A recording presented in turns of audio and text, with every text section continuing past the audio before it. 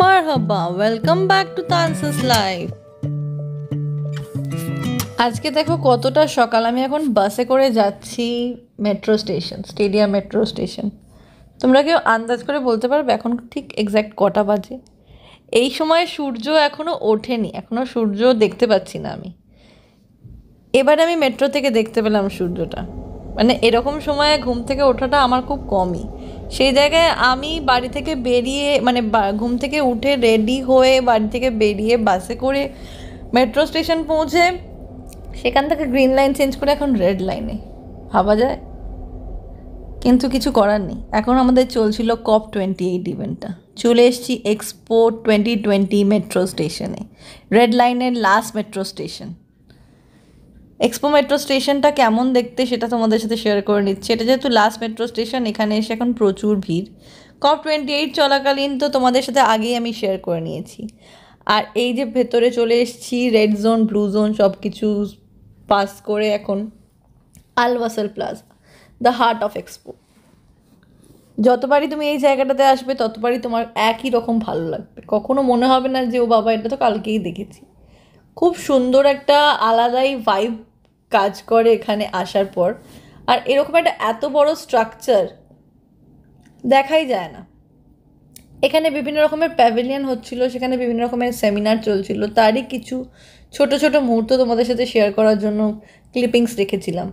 India pavilion ছিল, India প্যাভিলিয়নে এসে ইন্ডিয়া প্যাভিলিয়নের সাথে নিজের ছবি তুলব না সেটা কখনো হয়? এখানে অনেকেই এসেছিল যারা এসে সেমিনার করার জন্য এসেছিল। গোটা ওয়ার্ল্ড জুড়ে COP28 কিসের জন্য হয়েছিল? বেসিক্যালি এটা হয়েছিল সাস্টেনেবিলিটি টুয়ার্ডস ফিউচার, সেই নিয়েই ম্যাক্সিমাম সেমিনারগুলো হচ্ছিল। ইয়াং জেনারেশনকে বোঝাতে হবে how to save the future, how to save the planet, how to save the planet for future generation. So this was the whole scenario. সব কটা ইভেন্ট, সব কটা সেমিনার অ্যাটেন্ড করা তো পসিবল নয়, কিন্তু একটা জায়গায় পুরো লিস্ট ছিল, সেই অনুযায়ী তোমার যেখানে যেখানে ইন্টারেস্ট তুমি সেখানে সেখানে গিয়ে অ্যাটেন্ড করতে পারো। আমরা অ্যাটেন্ড করার সময়টা কম পেয়েছিলাম, কারণ আমাদের তো ওখানে পার্মানেন্ট, মানে আমরা তো অ্যাজ আ ভিজিটার যাইনি, আমরা তো অ্যাজ আ কন্ট্রাক্ট, মানে আমাদেরকে ওই কন্ট্রাক্টটা দেওয়া হয়েছিল, আমরা ওখানে লন্ড্রি পার্টনার ছিলাম। তো আমরা কন্টিনিউ 1 মাস ধরে ওখানে কাজ করেছি। তো আমরা সেখান থেকে খানিকটা টাইম যখন বাঁচতো তখন এসে বিভিন্ন প্যাভিলিয়নগুলোতে ভিজিট করতাম। আর তারই কিছু ক্লিপিংস তোমাদের সাথে শেয়ার করে নিচ্ছি। COP29 হবে আজারবাইজানে নেক্সট ইয়ার। জানি না নেক্সট ইয়ার যেতে পারবো কি না, কিন্তু COP28টা লাইফ টাইম এক্সপিরিয়েন্স হয়ে থেকে যাবে।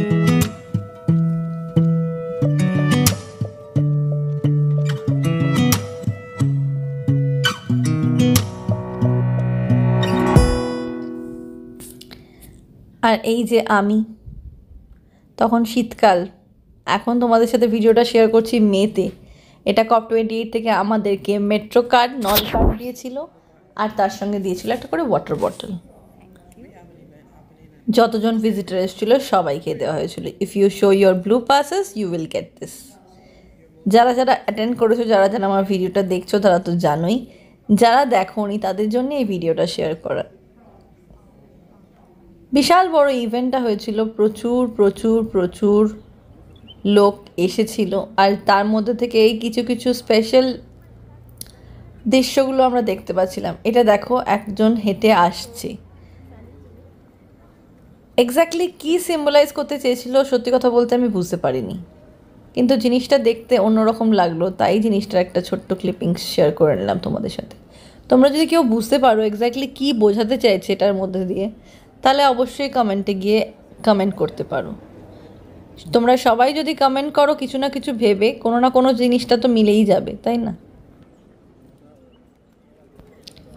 ওখান দিয়ে যতজন যাচ্ছিল সবাই ঘুরে ঘুরে দেখছিল যেটা কী বলতে চাইছে। আসলে একটা ভিডিও শ্যুট হচ্ছিল, কিন্তু কিছু তো একটা বেসিস হবে না এর পেছনে। এটা হচ্ছে থাইল্যান্ড প্যাভিলিয়ন।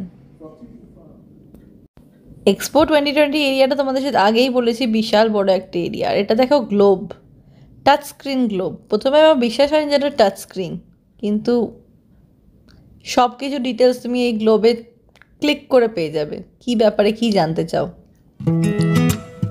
দারুণ জিনিসটা। এটা হচ্ছে ভিভিআইপি রুম। আসতে এখানে কথা বলা, জোরে কথা বলা যাবে না, ভেতরে সেমিনার চলছে।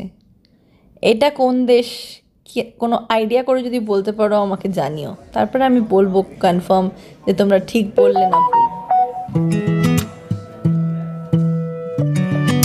Welcome to Indonesia. দুবাইতে আছি না গোটা ওয়ার্ল্ড ট্যুর করছি কপের সময় তো বুঝতেই পারা যাবে না। ভিডিওটা এই পর্যন্তই। যদি ভালো লেগে থাকে অবশ্যই লাইক, কমেন্ট, শেয়ার আর সাবস্ক্রাইব করতে ভুলো না। খুব তাড়াতাড়ি নতুন একটা ভিডিও নিয়ে দেখা হবে, ততক্ষণের জন্য টাটা।